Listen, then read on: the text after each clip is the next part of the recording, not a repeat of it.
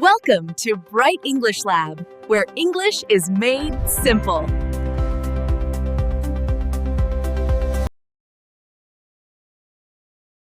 Welcome to Bright English Lab. This is not a channel about memorizing rules or repeating boring exercises. Here, we help you understand English the way it's actually used, in real life, by real people. If you're listening right now, take a moment, relax, put on your headphones, and focus. Because from this point on, you're stepping into Bright English Lab, where English finally makes sense. Hi, I'm Elias. Hello, everyone. I'm Daphne. Have you ever wondered if using subtitles is actually slowing down your English? Okay, I need to be honest. When I first started learning English, I watched everything with subtitles. Every single movie, every YouTube video. And how did that go? Well, one day I tried watching something without them, and I understood almost nothing. That's when I realized I wasn't really listening, I was reading. So many learners feel exactly the same way. You feel safe with subtitles on, but then, without them, it's like your listening skills just disappeared. Right. And that's scary. Here's the good news. Subtitles are not your enemy. They're actually a powerful tool if you know how to use them correctly. And by the end of this episode, you're going to know exactly when to turn them on, when to turn them off, and how to make them work for you instead of against you. Because if you don't figure this out, you might spend months watching in English but never actually improve your listening. And that's frustrating. Let's dive into it. All right. So here's the first strategy. We call it the 3-pass method. 3-pass. Yes, it means you watch the same video 3 times, but in a smart way. First, you watch without subtitles. Just listen and try to understand as much as you can. Okay, so no reading, just pure listening. Exactly. The goal is to test yourself. See how much you actually understand without any help. And then what happens on the second pass? Now you turn the subtitles on. You watch again and notice the words or phrases you missed the first time. This is where you learn.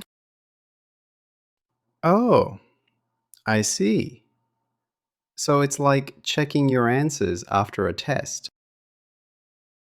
Exactly. And then, the third pass, you turn the subtitles off again. Now you should understand everything, or at least much more than the first time. That makes so much sense. You're training your ears, not just your eyes. Right. For example, imagine someone says, I'm gonna grab some coffee. On your first listen, maybe you miss gonna. It sounds fast. But on the second pass with subtitles, you see, oh, that's going to in short form. Then on the third pass, you hear it clearly, because now you know what to listen for. Exactly. But there's another method too, more flexible. It's called the glance method. Glance method. You watch without subtitles, but you keep them available. If you hear a word or phrase you don't understand, you glance down at the subtitle quickly, just for that moment. So it's like using subtitles as a dictionary, not a full script. Perfect way to say it. You're still listening first, reading second. That order is super important. Because if you read first, your brain never actually learns to listen. Exactly. The goal is always to improve your listening without constant reliance on subtitles. Before we continue, let me tell you something quickly. If you want to keep improving your English, hear new lessons like this every week, and feel more confident when you speak, make sure to subscribe to Bright English Lab so you don't miss future episodes. And if this lesson is helpful for you right now, giving it a thumbs up tells YouTube that this kind of clear, practical English content is useful, and it helps other learners find it too. All right, let's continue. Okay, here's something I hear all the time from learners. I can read a word and understand it perfectly, but when I hear it in a video, I have no idea what it is. Oh, that's so frustrating. You know the word, but your ears don't recognize it. Exactly. And this is actually the perfect moment to use subtitles in a very smart way. How? You rewind the video. You play that phrase again and again. And you look at the subtitle while you listen. So you're connecting the written word to the sound, training your brain to recognize it next time. Exactly. This is especially useful for connected speech. You know, when words blend together in fast English. Give me an example. Sure. Imagine someone says, I should have called you, but it sounds like, I should have called you. The should have gets shortened and connected. Oh, wow. If you don't know that pattern, you won't understand it when you hear it. Right. So you rewind, you listen 5, maybe 10 times, you watch the subtitle, and slowly your ears start to hear it correctly.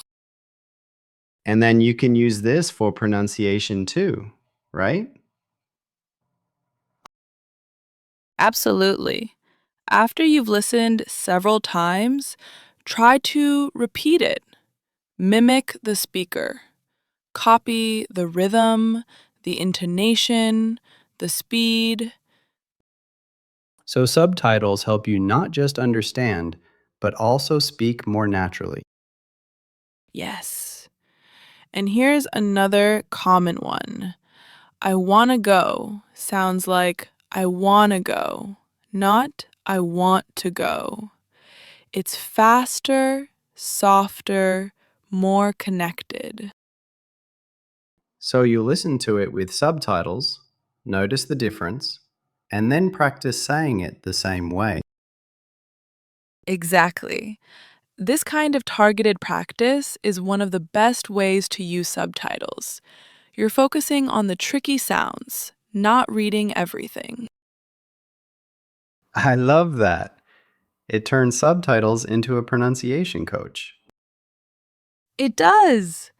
And once you've trained your ears on a few phrases like this, you'll start recognizing the same patterns in other videos. So it builds up over time. Right. Each phrase you work on makes the next one easier. Okay, but let me ask you something. Are subtitles only for serious study? What if I just want to relax and watch a movie after a long day? Great question. And the answer is no. Subtitles absolutely have a place in relaxed, passive learning too. Okay, tell me more. Picture this: you just finished work. You're tired. You don't want to focus intensely on every word. You just want to watch a TV show in English and enjoy it. Yeah, that's me most nights. In this situation, turning on subtitles, either in English or even in your native language, is totally okay. It makes the content accessible and enjoyable. So I'm not wasting my time? Not at all. Even when you're not actively studying, you're still getting exposure to English. You're hearing the rhythm, the tone, the way sentences flow. And that builds familiarity, right? Exactly. Your brain is absorbing patterns in the background, and it builds confidence too, because you're actually enjoying English content, not forcing yourself through something painful.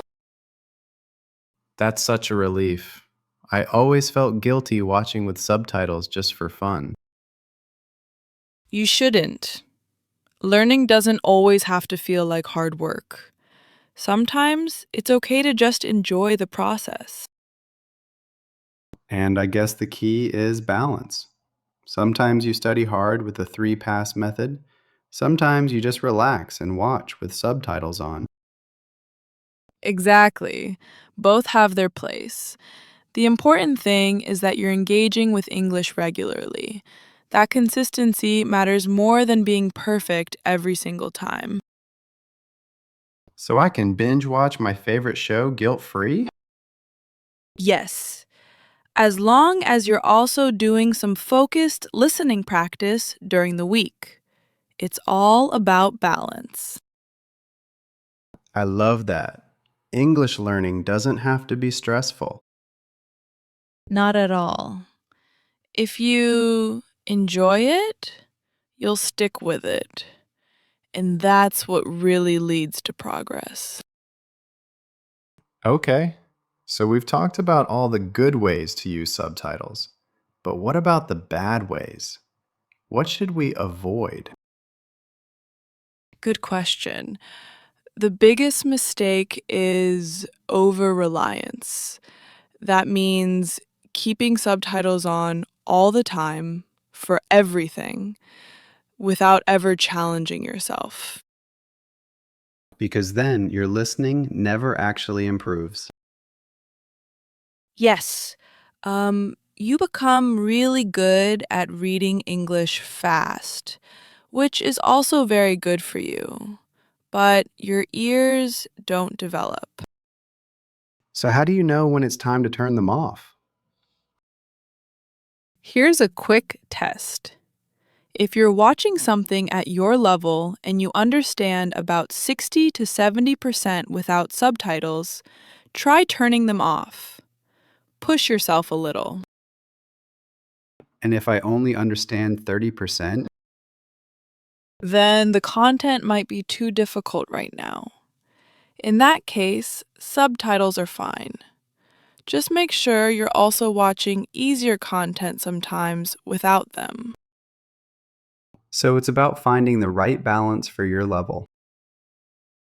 Exactly. And remember, subtitles are a tool, not a crutch.